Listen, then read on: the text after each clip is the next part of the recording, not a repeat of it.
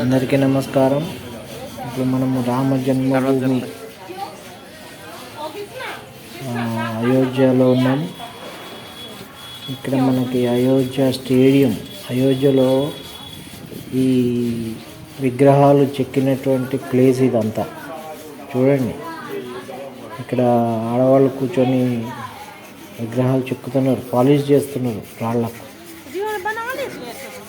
ఇది మనము చూసిన అన్ని ఇలాగా ఒకదానికొట్టి ఇట్లా పీసులుగా చేస్తున్నారు. ఇక్కడ చూడండి, పాలిష్ చేస్తున్నారు. పాలిష్ చేసి తర్వాత దీన్ని గుడి దగ్గరికి తీసుకుపోతారు. ఇవి స్తంభాలు, గుడికి వాడే స్తంభాలు. చూడండి ఎంత బాగా చెక్కుతున్నారు.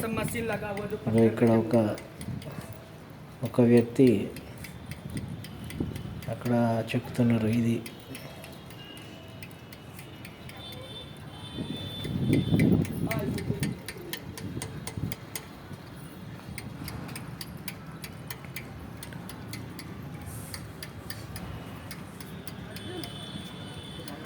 ఇలాగా ఎవరి పని వాళ్ళు చేసుకుంటూ పోతున్నారు. ఈ స్తంభాలన్నిటినీ మళ్ళీ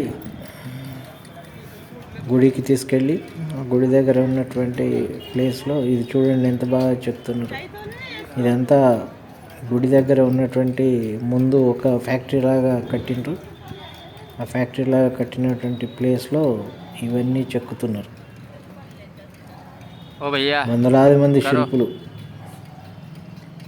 చూడండి ఎలా చెక్కుతున్నారు. राम मंदिर के खंबे का निर्माण डिजाइन करते हुए ఆధునిక భారతంలో అత్యద్భుతంగా జరుగుతున్నటువంటి నిర్మాణం మన రామ మందిర నిర్మాణం. ఇది ఒక చరిత్రగా నిలిచిపోబోతుంది.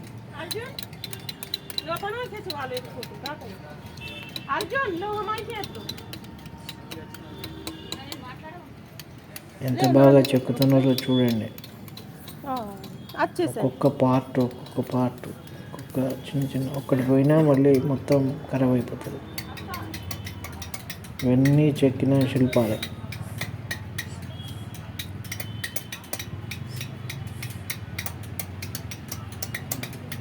ఇవి ఇక్కడ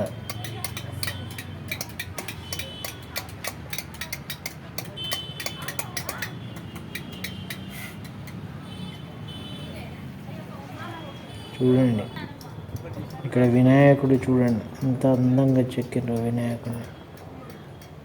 अर्जुन దండం పెట్టుకో. अर्जुन అందమైన వినాయకుడు. జై గణేష. ఇక్కడ మనకు కనిపిస్తున్నాడు. ఆస్థా देखो. ఈ చెక్కినటువంటి స్తంభాలను ఈ క్రేన్ ద్వారా मंदिर निर्माण के लिए अभी भी లారీలలోకి ఎక్కించి पत्थर शिला से గుడి దగ్గర स्तंभ खंबे बन रहे हैं. अर्जुन इधर आओ. ఈ రాజస్థాన్ నుంచి వచ్చినటువంటి మార్బుల్ తోటి చేసిన यहाँ से जाना. चलो वहीं से चल. శిల్పాలు అని చెప్పిన వాళ్ళు. ఇలాంటి శిల్పాలే ఇప్పుడు మనకి సౌదీ అరేబియాలో అబుదాబిలో కూడా ये पटको अर्जुन. ఒక हमारी फोटो खींचना.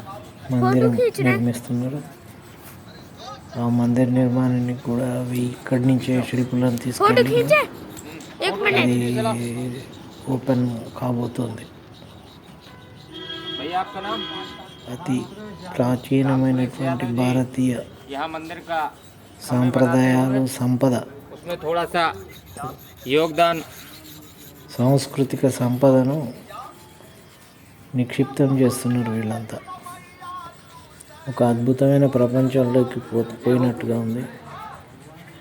సబ్స్క్రైబ్ చేయండి, షేర్ చేయండి, కామెంట్ చేయండి. Thanks for watching.